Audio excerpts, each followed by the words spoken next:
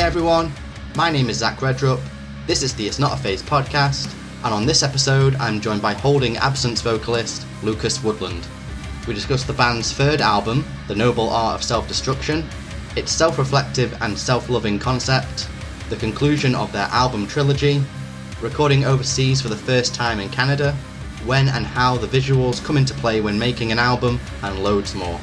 Now, if you enjoyed this or any other episode of the podcast and you want to show your support, there's a few ways that you can do that. Number one, leave a rating and review wherever you're listening to this. It takes just a few seconds and it really does help. Number two, share this on your social media, whether that be Instagram, Twitter, Facebook, wherever. Or number three, if you want to go the extra mile, you can pay a little bit each month to join the Patreon, and in return you'll get access to episodes early along with some other perks, or you can pick up some merch from the store. All the links to that and the podcast socials where you can follow us can be found at itsnotaphase.co.uk. That's itsnotaphase.co.uk. And now with all that out of the way, let's jump right into this week's episode of It's Not a Phase. What's up everybody? Thank you for joining me on this episode of It's Not a Phase, where I'm joined by Lucas Woodland, frontman of Holding Absence. How's it going, man? Woo, I'm good, thank you. Thank you very much for having me, man.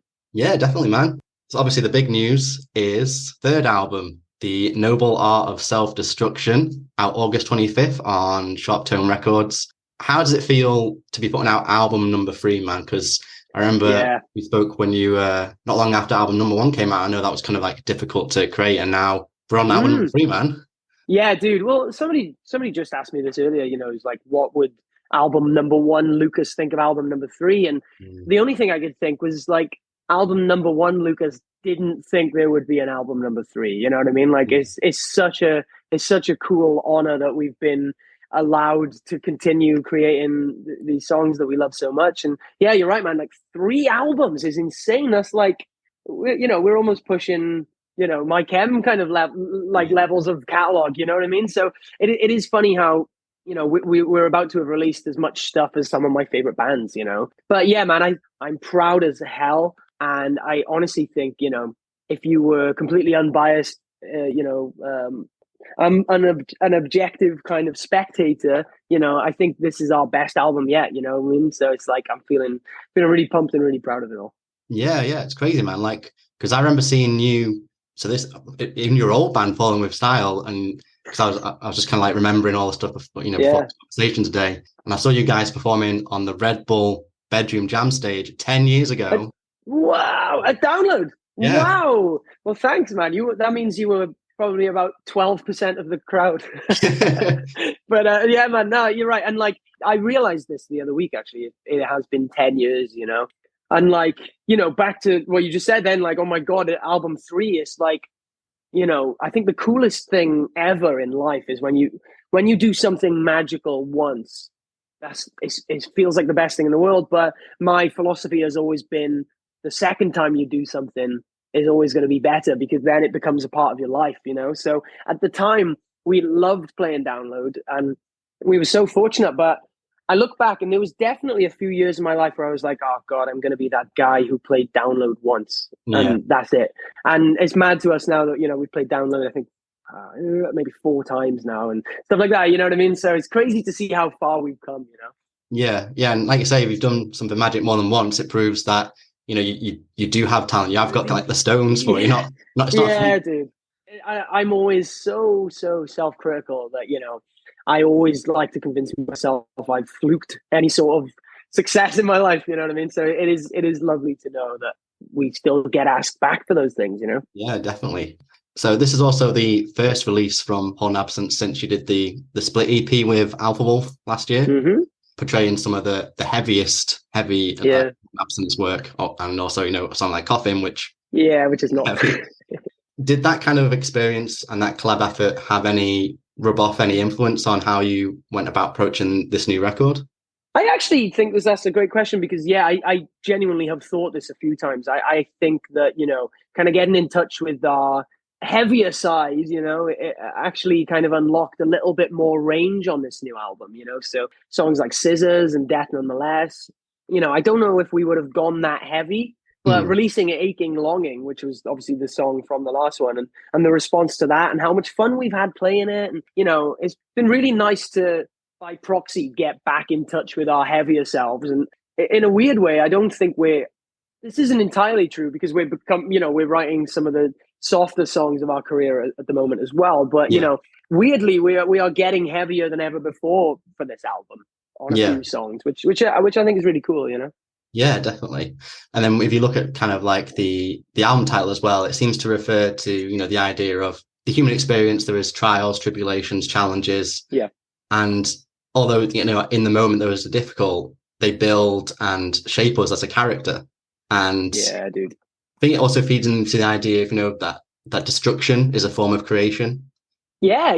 That's a huge part of this whole campaign, really. And the concept is, I've said about this a lot now, but, I was so inspired by Michelangelo's David, and just the idea that, it had to be broken to become beautiful, and I think we as people will, I don't want everybody on earth to go through horrible things, but I think, those people who have had trauma and have had experiences that they maybe don't look back on so fondly, I think it's important to embrace the lessons you learned in the darkest hours of your life.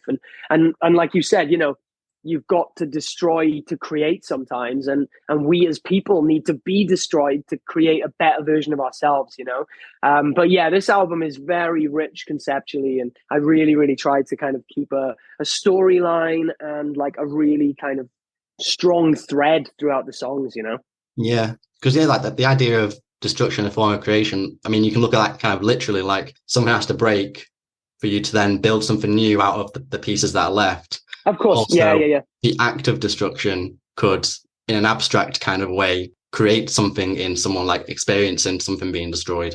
Yeah, dude. And back to the concept of the album, it was very much inspired by Kintsugi as well, which is another kind of idea that, we become more beautiful through destruction, you know what I mean? So yeah, there's a lot of that, but also as well, I think a big part of that, this kind of narrative is that, it's like sometimes you have to want to break down in order to start from the bottom, and I think that was another big part of this album, was almost, willing change as well as having a choice about it as well, you know what I mean? Yeah. Well, like you say, is it Kintsugi, the art that you mentioned, like where you basically use gold to fix back and repair the cracks and stuff? Because let's say like you drop a vase, for example, like the cracks are always going to be there no matter how well you piece it back together, but the gold just kind of like shows the beauty and imperfections that are there sometimes.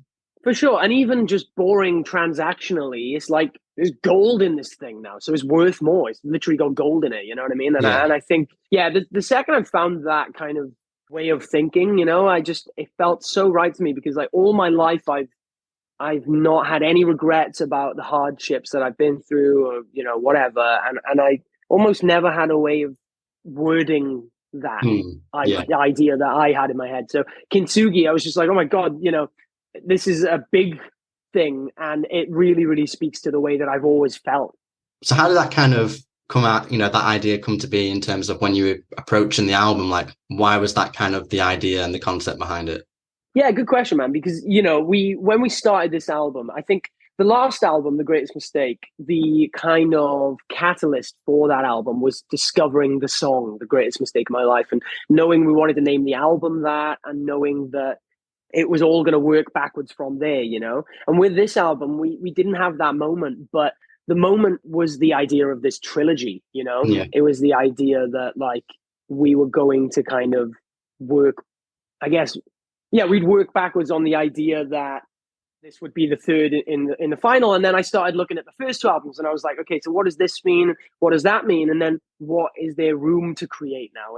And basically the idea that I kind of had was like, the first album is about love, and the second album is about loss. And like this album is very much about who we are on the other side of those massive life-changing things, how we deal with trauma, how we deal with and happiness, and almost like really, really trying to like hone in on the character that I've kind of portrayed throughout these albums, and just like almost what that change has meant, and it ended up being like essentially just like long form therapy for me, because it was like I've always had this thing where like my songs are very personal, but they're not particularly autobiographical. I have felt these things and I've thought these things, but I've always been really scared to be the character in my own songs. I've always hidden behind concepts. And this album, the concept was to be myself, if that makes sense. So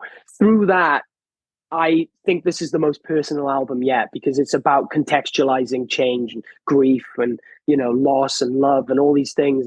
And yeah, it was just like a hypertherapy in the end. And I think I tricked myself into doing it, which is kind of funny, you know? Yeah, I was just going to say, did you feel all apprehensive to kind of like when you realized you were lifting that veil of, you know, not only am I not, you know, kind of conveying this in a character, so there's kind of some form of barrier there, but I know that this is like me, I'm portraying me, my emotions, my feelings, my experiences. Yeah, for sure. I think it's funny because this might lose some credibility when I say this, but I actually think it's very symbolic and beautiful. I didn't even realize, do you get what I mean? I wrote the album and then I stepped back and then I realized what I'd done. I thought this was the most conceptual album yet.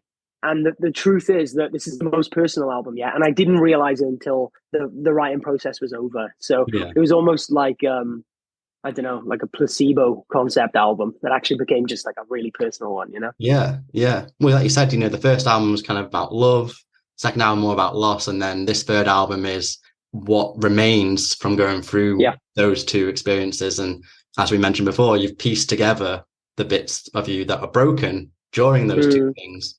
We've considered, yeah, man.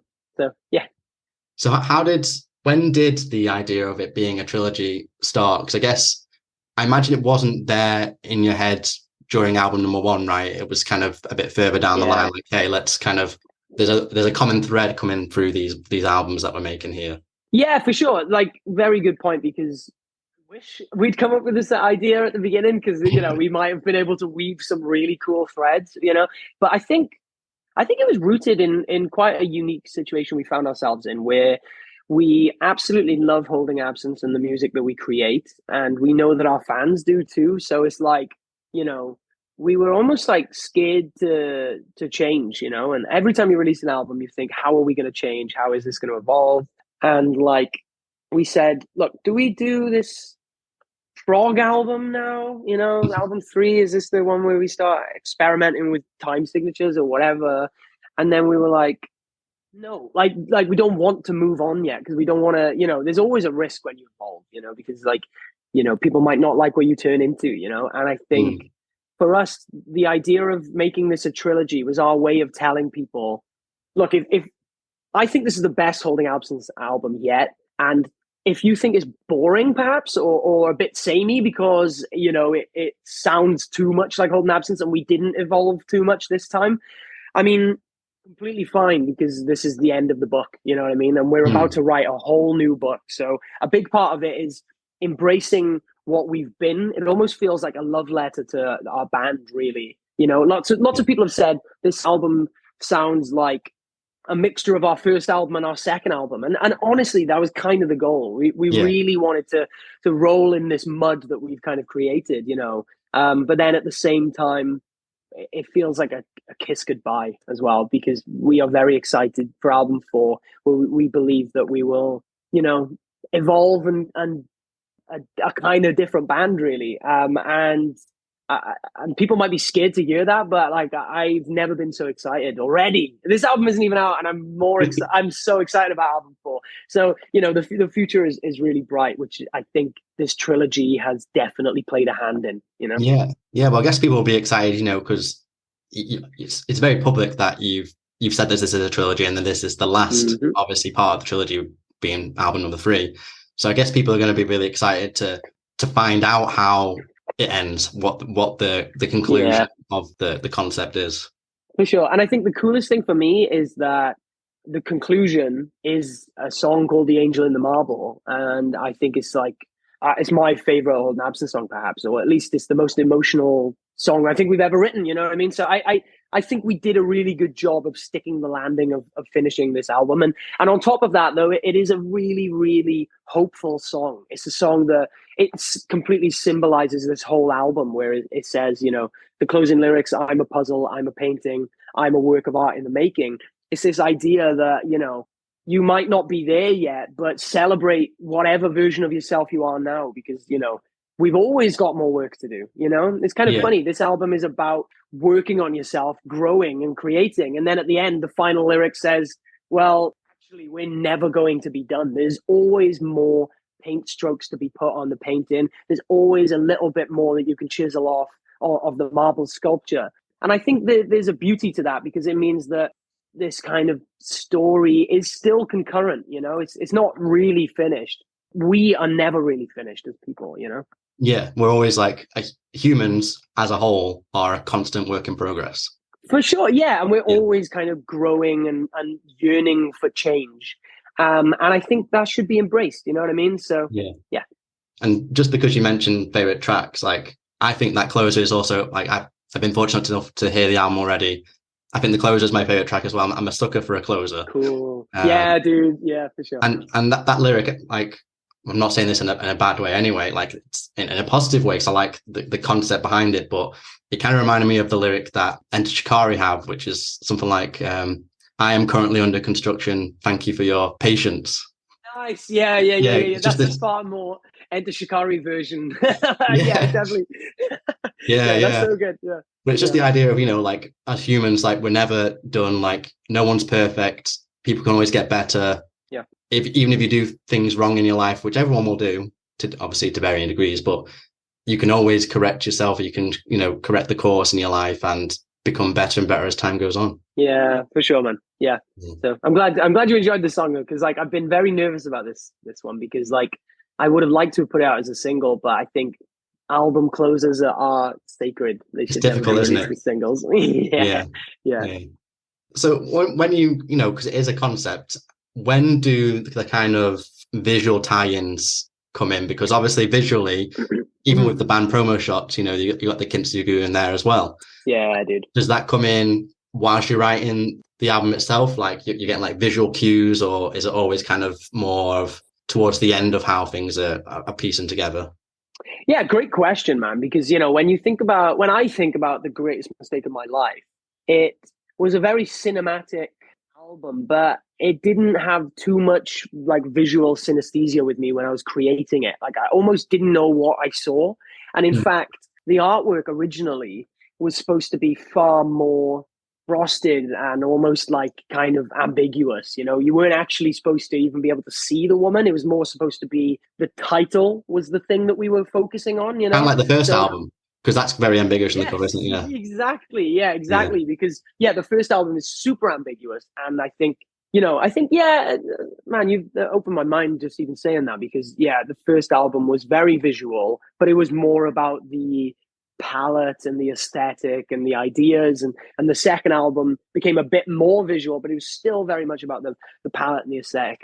And basically the point I'm getting at here is this album, when I tell you it was inspired by Kintsugi and David, those two things you can see straight away. They are completely visual cues. So this album really didn't need a push in a visual direction much at all, because it was so vivid in my head, you know, and even the color palette being white, blue, and gold, that 100% stemmed from a Kintsugi China plate, you know. And once you have those kind of visual cues, like on the earlier stage that I did with this album, it's just like easy, really. You know?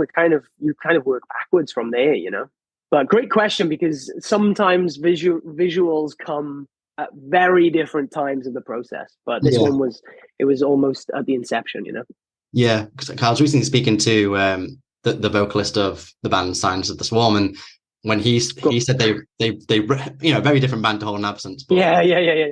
They were saying how as they were in the studio, they basically wrote the album in the studio, and they got pieces of the like artwork that was going to be for the album midway through writing it, and that kind of influenced how the album was written. So I was just kind of like, I think it's always interesting how, because obviously visuals are very important, especially in rock and metal.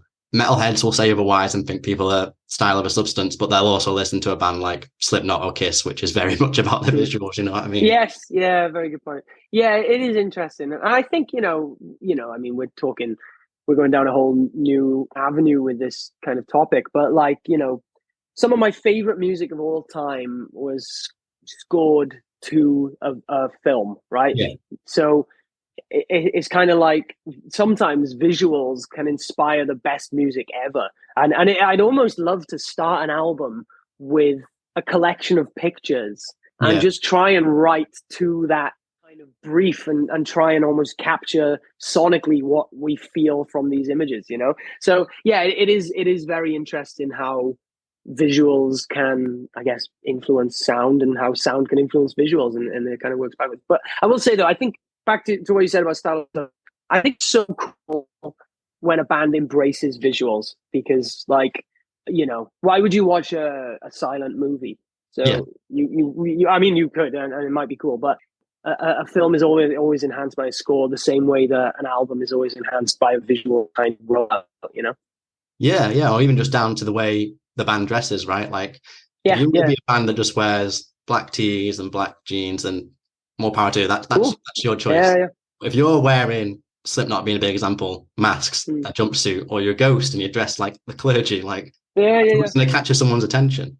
For sure. And I think on top of that as well, this is one thing that I don't think people really think about too much. It's like, you are telling people straight away that you're committed to what you're doing. Like, it's easy to put on band t-shirts and skinny jeans, and you know, I do it every day of my life, you know what I mean? But like, when I go on stage, like, I want people to know I'm committed to painting this kind of image, you know. And I think that almost tells the listener that, you know, you are willing to do what you can and go above and beyond almost to help them kind of see the same vision that you see, you know?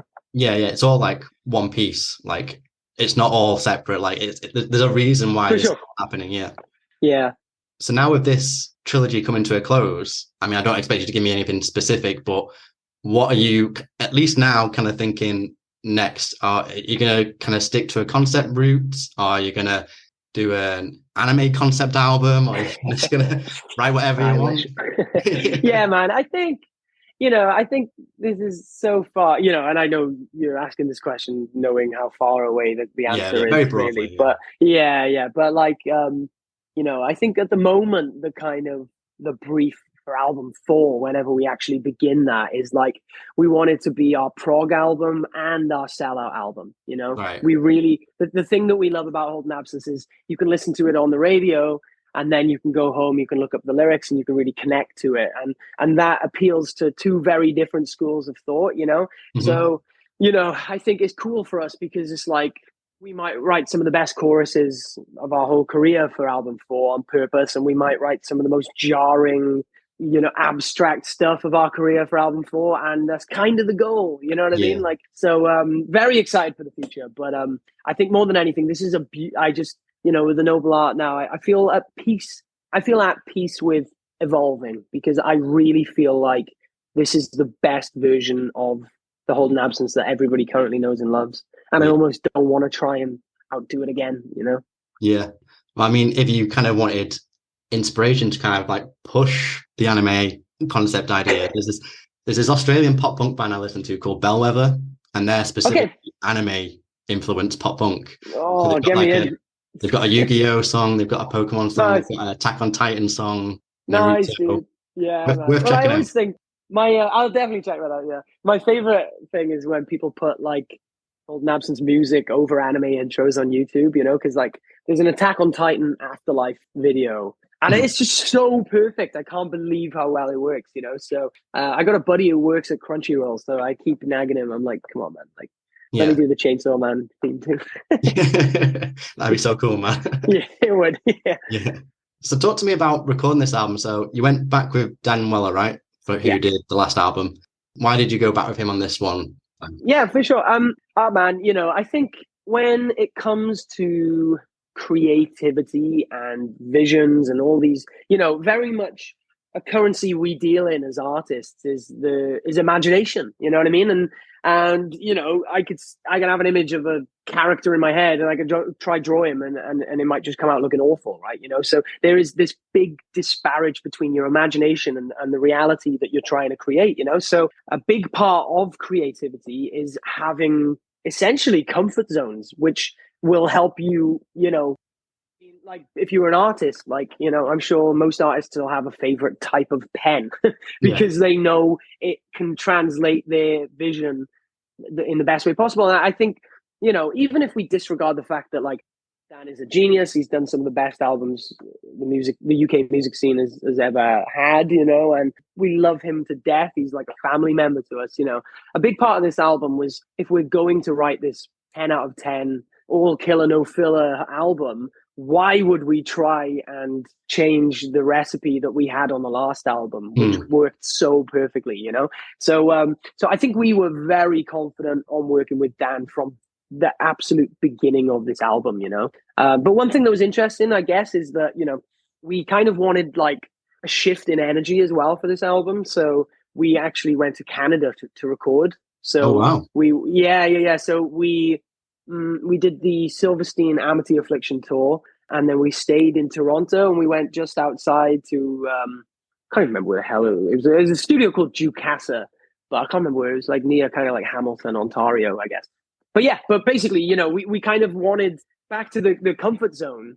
We were almost a bit like, let's get out of our comfort zone a little bit and see if there's any new kind of magic that we can find by almost living a different life entirely. You know, like we can't drive to Tesco for lunch.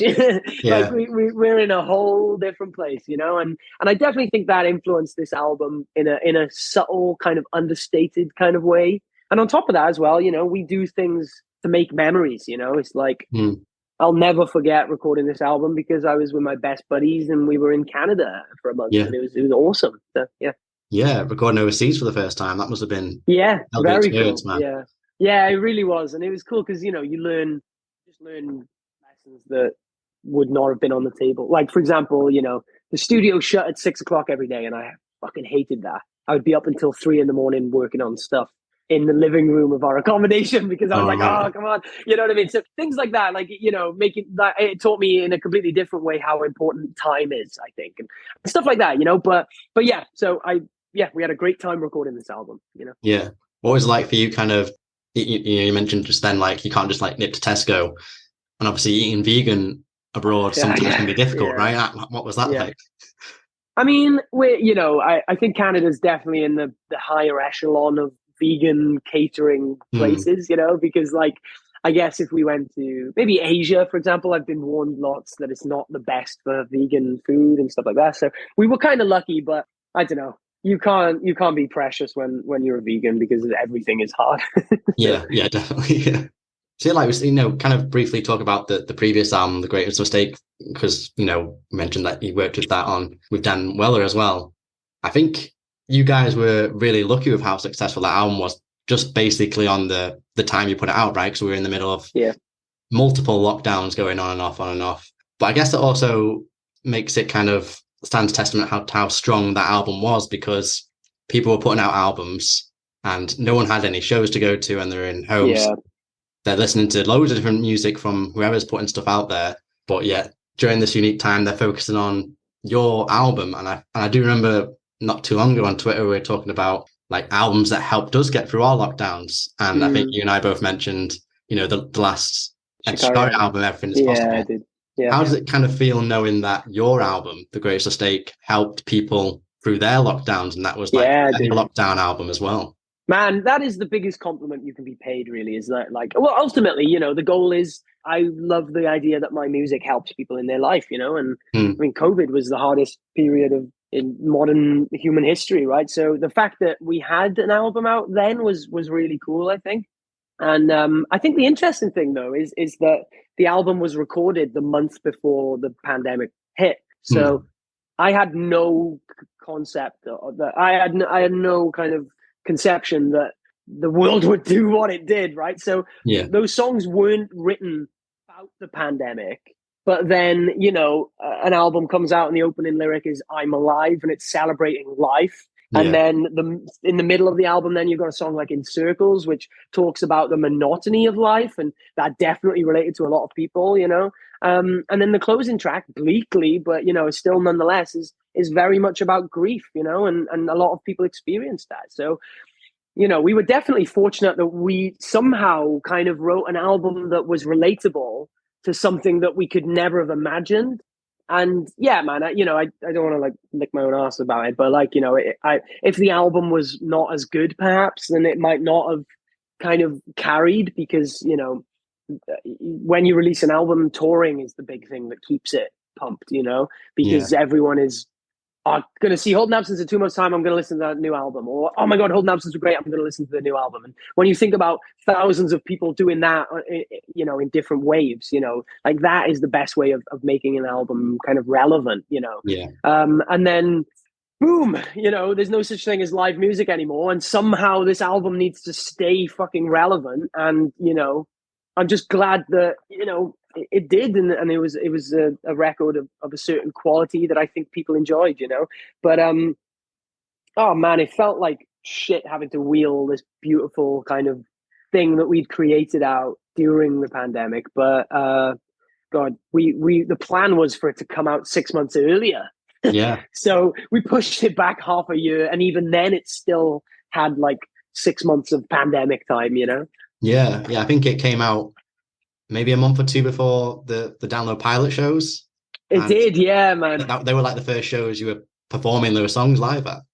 Man, yeah, and like, I mean, dude, fuck, yeah, God, yeah, and like, back to what I was saying, we opened the set with Celebration Song, and it was like a field full of 10,000 hearing this exclamation of life, and in amongst still pandemic time, so yeah, that was crazy. But oh my God, dude, yeah, that was, to anyone who went, and I think you were there, yeah, we met up there, yeah. Oh, cool, of course, yeah. Sorry, it's such a blur of a weekend, but to anyone who was there, it's just like, was that not the best festival ever? Because nothing can ever create that type of tension release ever again, so cool. It was so weird because you obviously had like those checks to make sure that you tested negative and you could come in, and then after literally months and months and months of being so far away from people, everyone's wearing a mask and stuff, and like hand sanitizer and stuff, and you're basically walking shoulder to shoulder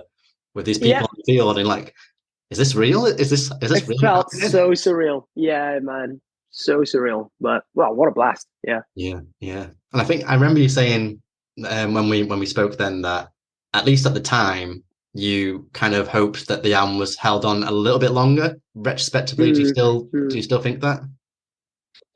Oh, did it? What? I said that I wished we'd kind of not released it. So you held on for 6 months, and then I think you said something along the lines of, I wish we held on to it just a few months more. Oh my God, I can't. It's funny because that's like minutia of a time gone by, right? So I don't even remember. But I mean, nah, you know what I mean? Like, I wouldn't change anything about any of that. I think we were lucky to come out swinging from such a horrible, horrible thing. But God, I can't even, I'm going to spiral if I try and get into that headset again. It was just a strange moment anyway, because like you say, live shows have been pulled away from you.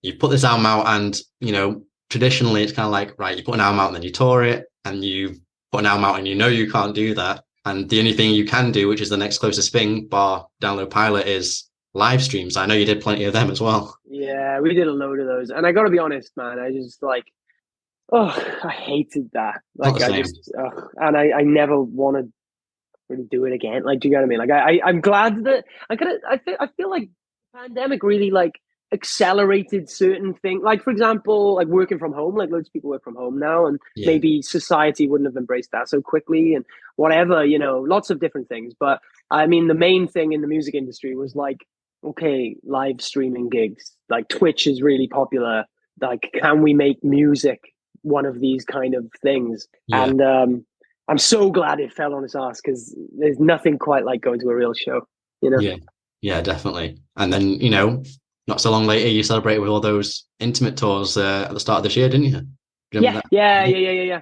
And that was great as well, because it was like playing, different places as well. That was the main thing for us, was like, we're from a small village in the Welsh valleys called Pontypridd, and then the nearest city to us is Cardiff, and Cardiff doesn't normally even get shows, you know what I mean? It's always Bristol. So a big part of what we were doing for that tour was like just trying to dip in and just, I guess, just trying to find kids like us who can't afford to get a train to Bristol and watch a band. It's like I feel like I'm very passionate about the idea that music should be a working class birthright. The same way I love the fact that football, pulls kids from like the proper slums of third world countries and puts them at the front of the world, because everyone should be allowed to kick a ball around in the street the same way everyone should be allowed to play and listen to music, and I think, so for us, it was very much a case of like, let's get as close to everyone as we can and make sure that if there's a kid out there who wants to see Holden Absence and, just can't afford the train fare, we'll go to them for a change, So, Yeah. And not to put your mindset back into like COVID times again, but during that conversation we had at Download Pilot, you also mentioned to me a few hobbies you were doing, like lockdown hobbies. And you mentioned that you got into like comic scripts and you were writing a book, and you were getting into poetry as well. Yeah, dude. Well, I feel like I kind of, just, I didn't want to write a new album, but I can't help but create things. And God, the amount of time I had, I feel like if you left COVID without a new hobby or a new skill, you wasted your time, you know what I mean? Because there was so much time. But yeah, comics has always been like my kind of second passion, really. And like, I think it's cool because it's like, now I do so much music, I've got more time for comics because I've got less. I don't know how to word this without sounding stupid, but like, because music's my job now, I don't like just sit around and listen to music as much as I used to. So now I actually have more time to read comics, you know what I mean? So it's kind of cool. It almost feels like a new hobby in a way because it's so much bigger than it used to be, But yeah, man, I had a good whack at writing comic scripts, and I still do it to this day. I really, really enjoy it, but I'm very self-conscious about creativity, and I think, I'm lucky that I've made enough music over the years to be proud of my creations now. But as a 28-year-old just getting into comic book scripts, I don't want anyone to expect them to be any good, So I'm kind of like, I'm like finishing comics and then I'm just putting them away and then working on more. And maybe my 5th comic book idea will be good enough to share, but yes, definitely a faraway pipe dream for now. Yeah, you can just keep them like private and personal for now. And, if there's ever like a bit further down the line, like you say, when you've done like maybe 5, 6, however many, that when you're feeling comfortable and, there's a bit of downtime with Holden Absence, you can always just kind of push that as like a little side project, can't you? For sure, man. Yeah. And I mean, I think it's important to say that, like, you should only ever do your hobby for yourself anyway, right? It's like whether, you shouldn't read something because it's cool. You should read something because you like to read it, or you shouldn't listen to something because it's cool. You should listen to it because you like it. So it's like writing comics. They don't need to be read for me to write them, if that makes sense. And I'm very much at peace with that. So yeah, they just be like a private, personal thing for now until, and if you ever feel ready to share them with other people. Maybe one day I'll do something, but who knows? No pressure. Yeah. And just because you mentioned it, now that you're doing the band full time, congratulations. I imagine you were kind of shitting yourself at the time, like getting rid of the day job. Yeah, dude. I mean, it's hard as well because when I say I'm a full-time musician, it's like I feel like, because I've come from such a working class background, I almost feel like guilty of any sort of like success I ever have in life, But like, I always need to preface like, moved back home with my parents, you know what I mean? I just got engaged yesterday and and we both live with my parents, right? So it's definitely not like a rock and roll kind of version of events, but I think it's funny as well because it's like, it's definitely cool and something to be celebrated, but it's like the band is so busy that we quite simply cannot have jobs anyway, even if we want them, because we would only get fired after 3 weeks when we put in our notice of going away for 4 months or whatever, Yeah, you need a very lax job to be able to hold on to it. Yeah, and I will say as well, like I worked at Fuel Rock Bar in Cardiff for years and years and years, man. And they clung on to me a lot longer than they needed to. I've got to say, I was going away a lot, and they still kept me on the books, even just for a shift every now and then. So yeah, I got to give it to them. But yeah, I just grateful that I don't have a job, but maybe I'd have a bit more money. So, yeah. Well, who knows of this album? Who knows? Yeah. Yeah. Fingers crossed. Yeah. So what are the plans beyond the album coming out that you've got in motion for 2023? So we leave, where do we begin? August 25th, the album comes out. And on that day, we start the HMV acoustic signing sessions, which is going to be really cool. That's a week around the UK. We're bouncing for that. Then we go straight to America. We do a tour with Senses Fail. And then we do that for a month. Then we go straight to Australia. We do a tour with Thousand Below are on that tour, but Thornhill. And then we come home. We have 2 days off, and then we start the Noble Art of Self-Destruction UK and Europe tour. So it's we're at the foot of a very big mountain, but oh man, I've been sat on these songs for so long now. I can't wait to kind of play them and just. I think the coolest thing about releasing music as a band is just like, every 2 years you almost get to become a different band.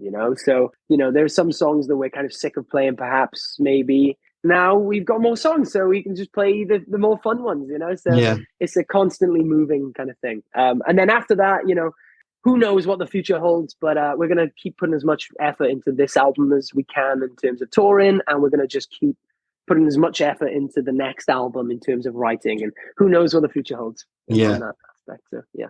Well, I imagine set lists are going to get even more difficult now to put together. Oh, I know.